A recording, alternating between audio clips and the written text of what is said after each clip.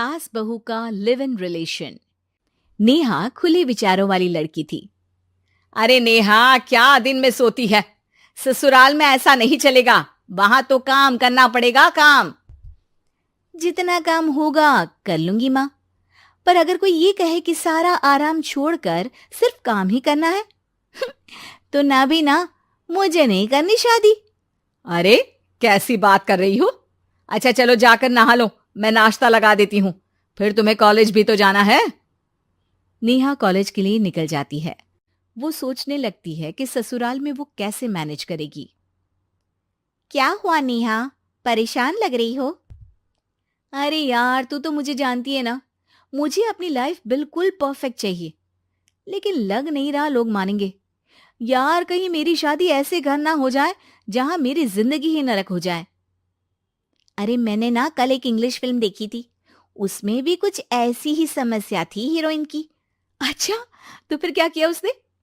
उसने तो अपने होने वाले पति से साफ साफ कह दिया कि वो पहले उसके घर कुछ दिन तक बिना शादी के रह कर देखेगी, और अगर ठीक लगा तो ठीक, वरना तेरे मेरे रास्ते अलग। अरे हाँ यार, ये तो बिल्कुल सही आइडिया दे रही है तू मुझे।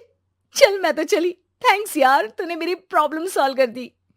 ये बोलकर नेहा खुशी खुशी वहां से निकल जाती है, लेकिन पीछे से उसकी सहेली कहती है, अरे नेहा, नहीं नहीं, कुछ नहीं सुनना मुझे।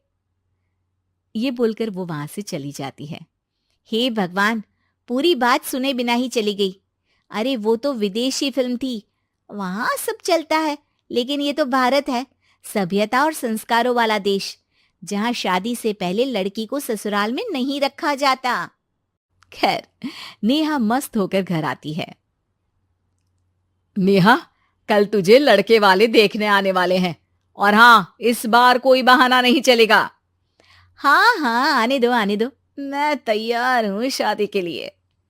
अगले दिन लड़के वाले आते हैं, जहां लड़का कहता है, मुझे अकेले में लड़की से कुछ पूछना है। हाँ हाँ, क्यों नहीं बेटा, जाओ नेहा, घर तो दिखा दो इन्हें। नेहा भी खुश हो जाती है कि उसे मौका मिल गया है लड़के से अपनी शर्त रखने का।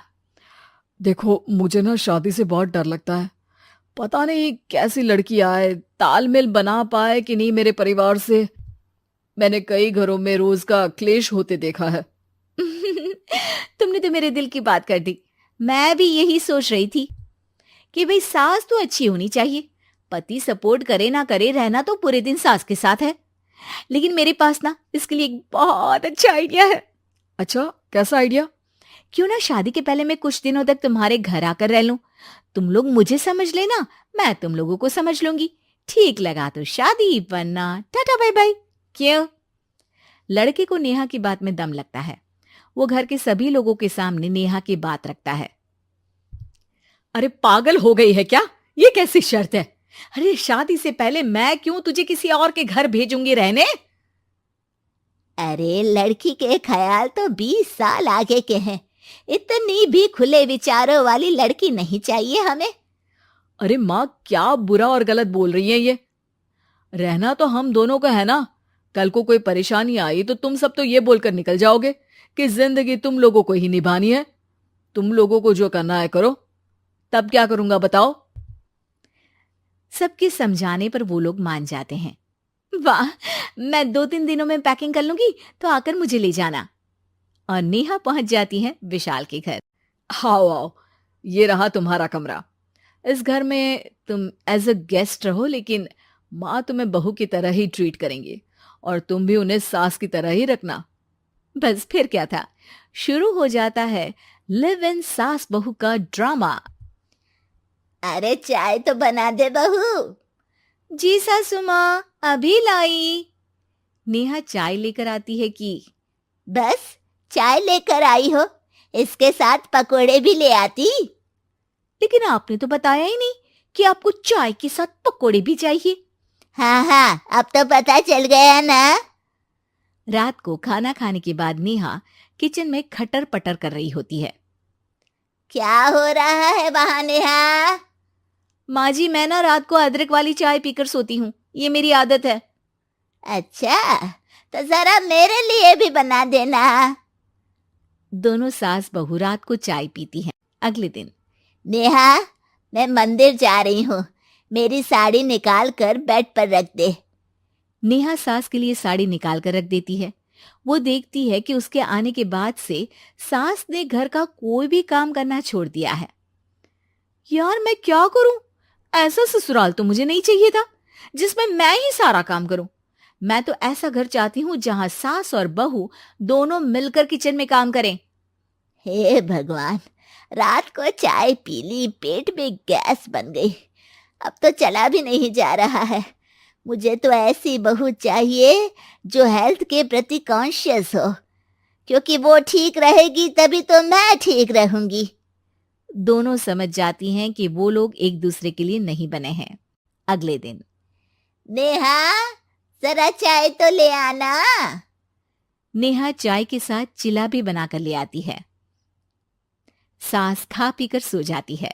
अगली सुबह, तेरी बुआ सास आ रही है, उसे मैंने तेरे बारे में बताया है। तभी वहां गंवार से एक महिला आ जाती है। चलो यहां से निकलो, कुछ नहीं है खाने के लिए, जाओ। ए नेहा, तमीज से बात करो, ये मेरी ननद यानी आशीष की बुआ है। हाय रे दैया, इतनी आकड़ वाली लड़की! अरे यही है ना जो शादी से पहले ही आकर बस गई है यहाँ पर। बस नहीं गई हूं, बसना है या नहीं ये डिसाइड करने आई थी, लेकिन इन लोगों के रिश्तेदार इतने गंवार हैं तो मैं तो ना कर रही इस घर में शादी। और भाभी, और क्या कमी थी हमारे आशीष में जो आपने ऐसी लड़की की शर्तों को मान लिया? अरे वो तो आशीष के कहने पर मैं झुक गई, वरना ऐसी लड़की को तो मैं घर में घुसने भी ना दूं। ए हेलो, ऐसी लड़की कैसी लड़की? हाँ, बिना समझे बुझे शादी कर लूं? अब तो समझ गई ना कि हम लोग गांव के हैं। भाभी को खाट पर सोना और रिश्तेदारों का गांव से आना जाना तो लगा ही रहना है इस घर में। हाँ हाँ, मैं तो किसी मॉडर्न घर में शादी करूंगी। ये बोलकर नेहा वहां से चली जाती है। अपने घर में आकर नेहा कहती है, ना मां ना, लिव इन में रहकर देख लिया, ये गांव के लोगों का कोई भरोसा नहीं है। खैर, नेहा की शादी एक मॉडर्न घर में हो जाती है, जहां सास कहती हैं, हे नेहा, मैं टेनिस खेलने जा रही हूं, आओ तो जूस बनाकर रखना, और हाँ, वॉलनट्स और ओट्स भी बना लेना। जी माँ। माँ मॉम बोलो डार्लिंग, माँ इज ओल्ड फैशन। बेचारी नेहा सर पर हाथ रख लेती है। हे भगवान, ये सास तो सास ही होती है, गांव की हो या शहर की।